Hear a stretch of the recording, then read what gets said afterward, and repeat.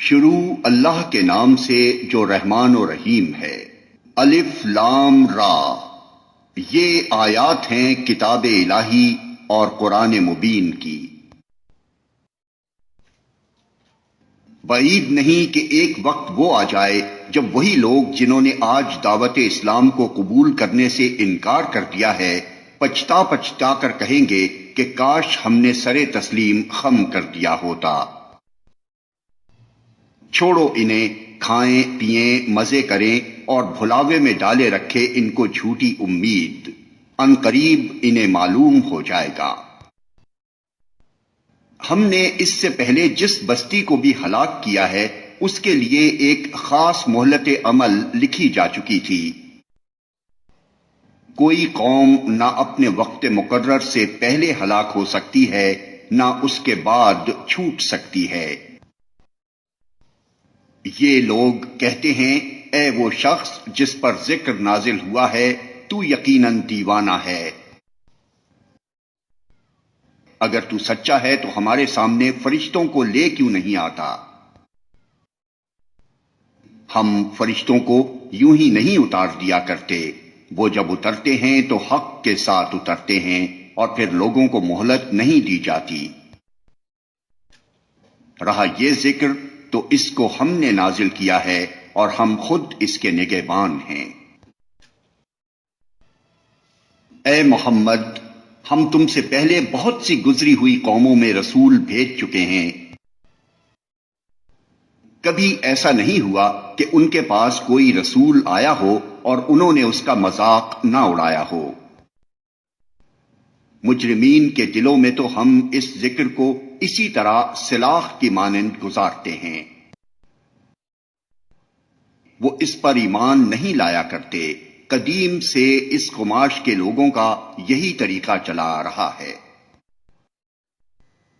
اگر ہم ان پر آسمان کا کوئی دروازہ کھول دیتے اور وہ دن دہاڑے اس میں چڑھنے بھی لگتے، تب بھی وہ یہی کہتے کہ ہماری آنکھوں کو دھوکا ہو رہا ہے، بلکہ ہم پر جادو کر دیا گیا ہے۔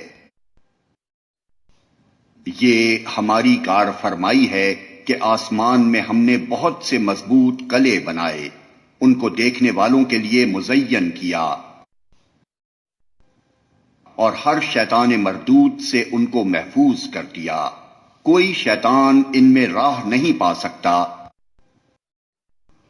الا یہ کہ کچھ سن گن لے لے، اور جب وہ سن گن لینے کی کوشش کرتا ہے تو ایک شعلہ روشن اس کا پیچھا کرتا ہے۔ ہم نے زمین کو پھیلایا، اس میں پہاڑ جمائے، اس میں ہر نوع کی نباتات ٹھیک ٹھیک نپی تلی مقدار کے ساتھ اگائی، اور اس میں معیشت کے اسباب فراہم کیے تمہارے لیے بھی اور ان بہت سی مخلوقات کے لیے بھی جن کے رازق تم نہیں ہو۔ کوئی چیز ایسی نہیں جس کے خزانے ہمارے پاس نہ ہوں، اور جس چیز کو بھی ہم نازل کرتے ہیں ایک مقرر مقدار میں نازل کرتے ہیں۔ بار آور ہواؤں کو ہم ہی بھیجتے ہیں، پھر آسمان سے پانی برساتے ہیں اور اس پانی سے تمہیں سیراب کرتے ہیں۔ اس دولت کے خزانہ دار تم نہیں ہو۔ زندگی اور موت ہم دیتے ہیں اور ہم ہی سب کے وارث ہونے والے ہیں۔ پہلے جو لوگ تم میں سے ہو گزرے ہیں ان کو بھی ہم نے دیکھ رکھا ہے، اور بعد کے آنے والے بھی ہماری نگاہ میں ہیں۔ یقیناً تمہارا رب ان سب کو اکٹھا کرے گا، وہ حکیم بھی ہے اور علیم بھی۔ ہم نے انسان کو سڑی ہوئی مٹی کے سوکھے گارے سے بنایا، اور اس سے پہلے جنوں کو ہم آگ کی لپٹ سے پیدا کر چکے تھے۔ پھر یاد کرو اس موقع کو جب تمہارے رب نے فرشتوں سے کہا کہ میں سڑی ہوئی مٹی کے سوکھے گارے سے ایک بشر پیدا کر رہا ہوں، جب میں اسے پورا بنا چکوں اور اس میں اپنی روح سے کچھ پھونک دوں تو تم سب اس کے آگے سجدے میں گر جانا۔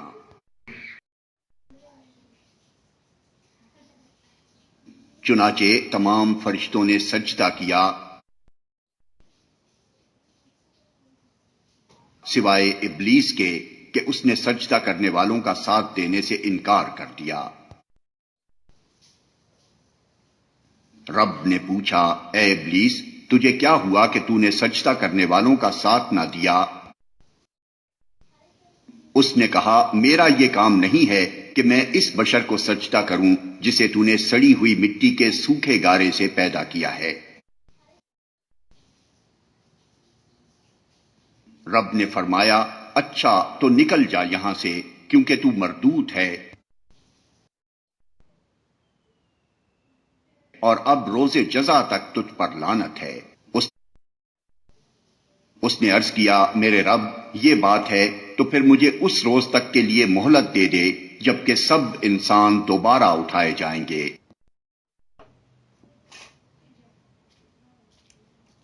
فرمایا، اچھا تجھے مہلت ہے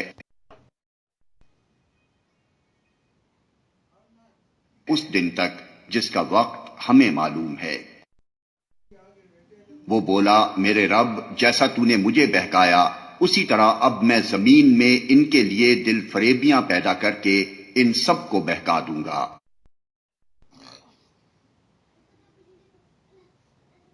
سوائے تیرے ان بندوں کے جنہیں تو نے ان میں سے خالص کر لیا ہو۔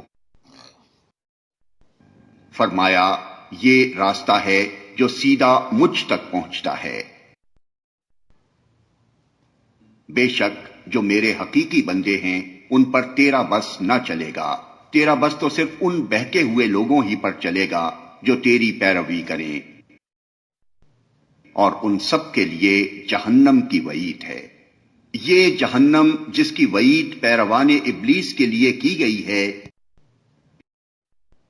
اس کے 7 دروازے ہیں، ہر دروازے کے لیے ان میں سے ایک حصہ مخصوص کر دیا گیا ہے۔ بخلاف اس کے متقی لوگ باغوں اور چشموں میں ہوں گے، اور ان سے کہا جائے گا کہ داخل ہو جاؤ ان میں سلامتی کے ساتھ بے خوف و خطر، اور ان کے دلوں میں جو تھوڑی بہت کھوٹ کپٹ ہوگی اسے ہم نکال دیں گے۔ وہ آپس میں بھائی بھائی بن کر آمنے سامنے تختوں پر بیٹھیں گے، انہیں نہ وہاں کسی مشقت سے پالا پڑے گا اور نہ وہ وہاں سے نکالے جائیں گے۔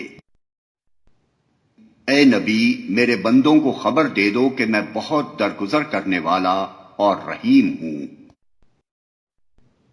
مگر اس کے ساتھ میرا عذاب بھی نہایت دردناک عذاب ہے۔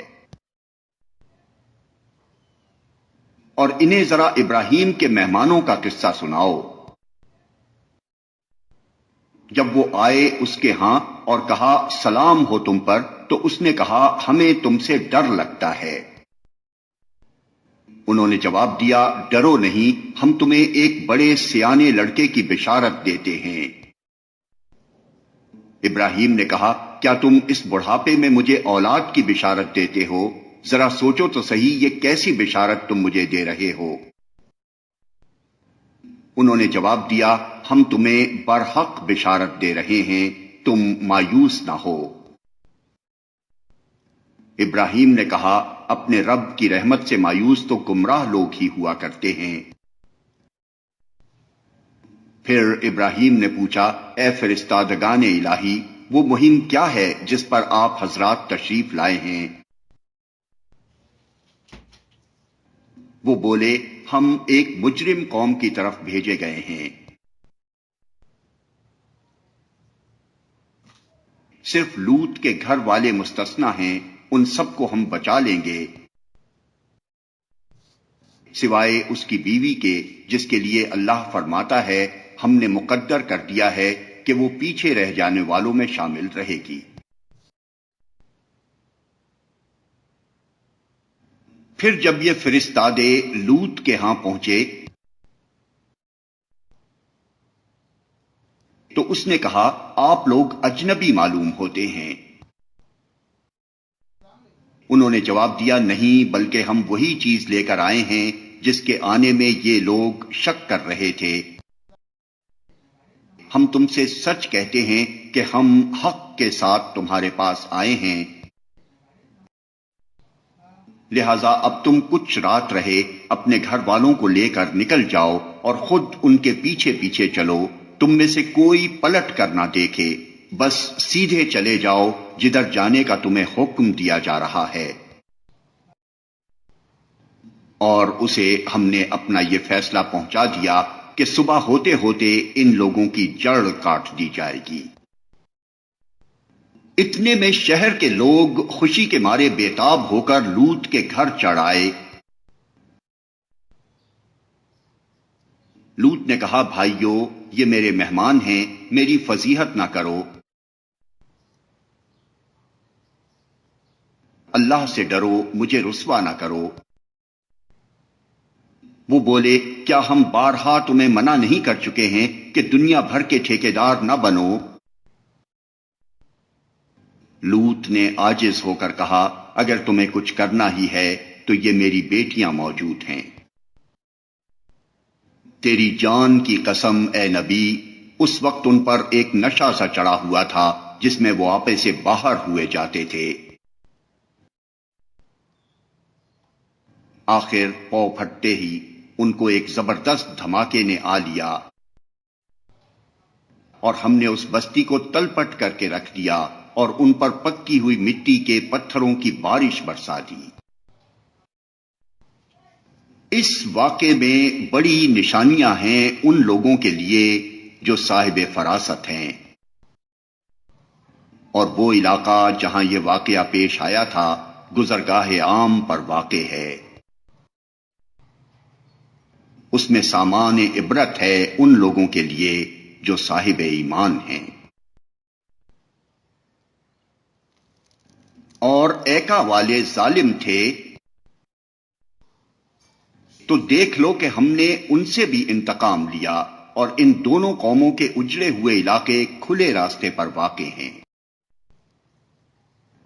ہجر کے لوگ بھی رسولوں کی تکذیب کر چکے ہیں، ہم نے اپنی آیات ان کے پاس بھیجی، اپنی نشانیاں ان کو دکھائیں، مگر وہ سب کو نظر انداز ہی کرتے رہے۔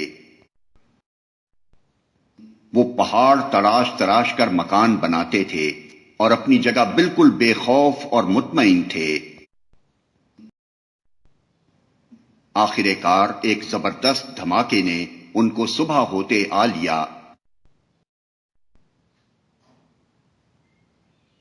اور ان کی کمائی ان کے کچھ کام نہ آئی۔ ہم نے زمین اور آسمان کو اور ان کی سب موجودات کو حق کے سوا کسی اور بنیاد پر خلق نہیں کیا ہے، اور فیصلے کی گھڑی یقیناً آنے والی ہے۔ پس اے محمد، تم ان لوگوں کی بےہودگیوں پر شریفانہ درگزر سے کام لو،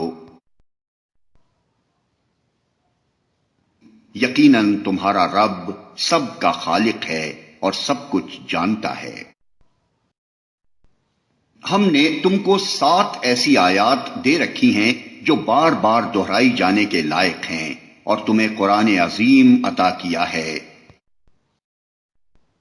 تم اس متاع دنیا کی طرف آنکھ اٹھا کر نہ دیکھو جو ہم نے ان میں سے مختلف قسم کے لوگوں کو دے رکھی ہے، اور نہ ان کے حال پر اپنا دل کڑھاؤ، انہیں چھوڑ کر ایمان لانے والوں کی طرف جھکو، اور نہ ماننے والوں سے کہہ دو کہ میں تو صاف صاف تنبیہ کرنے والا ہوں۔ یہ اسی طرح کی تنبیہ ہے جیسی ہم نے ان تفرقہ پردازوں کی طرف بھیجی تھی جنہوں نے اپنے قرآن کو ٹکڑے ٹکڑے کر ڈالا ہے۔ تو قسم ہے تیرے رب کی، ہم ضرور ان سب سے پوچھیں گے کہ تم کیا کرتے رہے ہو۔ پس اے نبی، جس چیز کا تمہیں حکم دیا جا رہا ہے اسے ہانکے پکارے کہہ دو، اور شرک کرنے والوں کی ذرا پرواہ نہ کرو۔ تمہاری طرف سے ہم ان مذاق اڑانے والوں کی خبر لینے کے لیے کافی ہیں جو اللہ کے ساتھ کسی اور کو بھی خدا قرار دیتے ہیں۔ ہمیں معلوم ہے کہ جو باتیں یہ لوگ تم پر بناتے ہیں ان سے تمہارے دل کو سخت کوفت ہوتی ہے۔ اس کا علاج یہ ہے کہ اپنے رب کی حمد کے ساتھ اس کی تسبیح کرو، اس کی جناب میں سجدہ بجا لاؤ، اور اس آخری گھڑی تک اپنے رب کی بندگی کرتے رہو جس کا آنا یقینی ہے۔